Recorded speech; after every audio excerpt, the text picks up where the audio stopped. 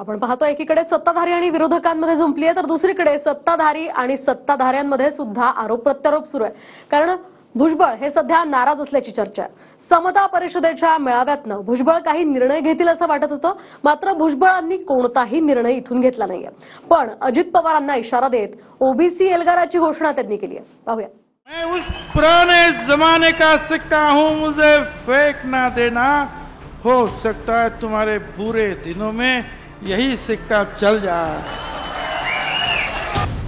नाशिकमध्ये समता परिषदेतून छगन भुजबळांनी अजित पवारांना थेट इशारा दिला। पुराने जमाने का सिक्का हूं, फेंक न देना असं म्हणत भुजबळांनी ओबीसींच्या एल्गाराची घोषणाच केली आहे। रस्त्यावरती लढाई आम्ही घेऊन जाऊ।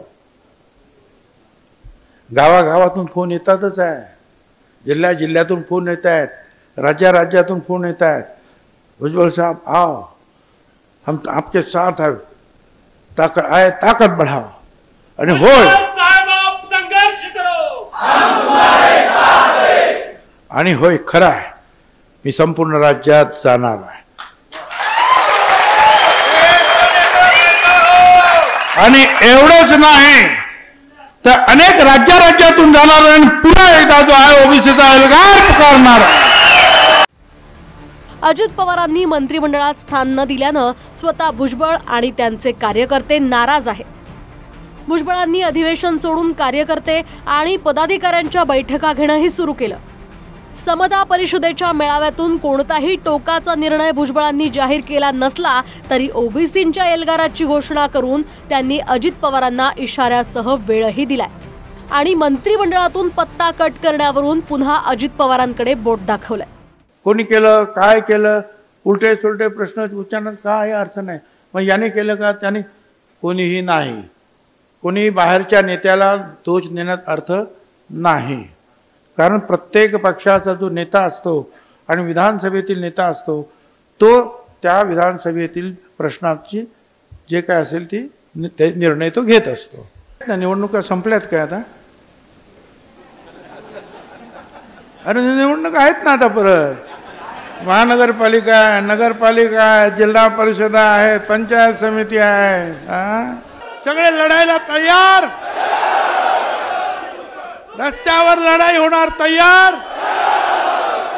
भुजबळ साहेब आहेत, ते त्यांच्या भावना त्यांच्याबद्दल व्यक्त करण्याचा त्यांना निश्चितपणाने अधिकार आहेच आणि त्यांच्या ज्येष्ठत्वाच्याबद्दल आमच्या कोणाच्याही मनामध्ये काही शंका येण्याचं काही कारण नाही आणि त्याच्यामुळे ज्या वेळेला गाठीभेटी होतील त्यावेळेला नक्कीच त्या बाबतीमध्ये आम्ही सविस्तरपणाने बोलू। गेले 2 दिवस माझं समीर भुजबळ, पंकज भुजबळ यांच्याशी माझी सविस्तरपणाने चर्चा चालू आहे। मला असं वाटतं या विषयावरती 1-2 दिवसामध्ये पडदा नक्की पडेल। विशेष म्हणजे पंतप्रधान मोदींची एक है तो सेफ है ही घोषणा सुद्धा भुजबळांच्या तोंडी आली आहे। तुम्ही सगळ्यांनी, आपण सगळ्यांनी जे लाखोचे जे मेळावे झाले त्यातून एक आधार निर्माण झाला, एक शक्ती निर्माण झाली की नाही आम्ही सगळे एक आहोत आणि एक जर मी असलो तर आम्ही सेफ पण आहोत। हम एक है तो सेफ है अशा अर्थात।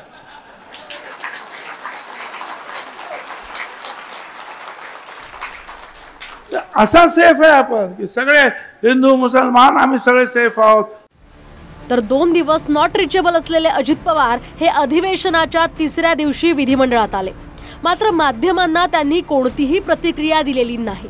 पण शिंदेच्या शिवसेनेचेच आमदार आणि भुजबळांचे विरोधक सुहास कांदेंनी मात्र भुजबळांवर जळजळीत टीका केली आहे। ते जर खरंच ओरिजिनल भुजबळ असेल तर त्यांनी राजीनामा देऊन दाखवावा। त्यांच्यात हिंमतच नाही राजीनामा द्यायची आणि खरंच ओरिजिनल भुजबळ असेल, स्वतःला ते काय भुजबीज म्हणतात, ते काय असं दाखवतात, ते जर खरंच ओरिजिनल असेल, ते ओरिजिनल नाहीच आहे, ते आव आणतात। मी त्यांना बोललो होतो एक दिवस की साहेब आपण जर दिसायला सुंदर असता तर फार छान ऍक्टर झाला असता, परंतु दुर्दैवाने ते दिसायला चांगले नाही, त्याच्यामुळे ते ऍक्टर होऊ शकले नाही। त्याच्यामुळे ते फार छान ऍक्टिंग करतात, दिसायला जरी चांगले नसेल तर काही फरक पडणार नाही। नाशिक जिल्हा प्रचंड खुश आहे, त्यांना नाही मिळालं, त्यांच्या गद्दारीचं फळ त्यांना मिळालं, हे या ठिकाणी मी आवर्जून सांगतो। जहां नहीं चैना वहां नहीं रहना असं म्हणत भुजबळांनी याआधी बंडाचे संकेत दिलेच आहेत, मात्र निर्णयात घाई न करण्याचं त्यांनी ठरवलेलं दिसतंय। मैं इस जमीन से दूर कहीं और ही निकल जाऊं, मैं मौसम नहीं हूं, मैं बदल जाऊं। मैं उस पुराने जमाने का सिक्का हूं, मुझे फेंक ना देना। हो सकता है तुम्हारे बुरे दिनों में यही सिक्का चल जाए। पवन येवलेसह चंदन पुजाधिकारी, TV9 मराठी, नाशिक।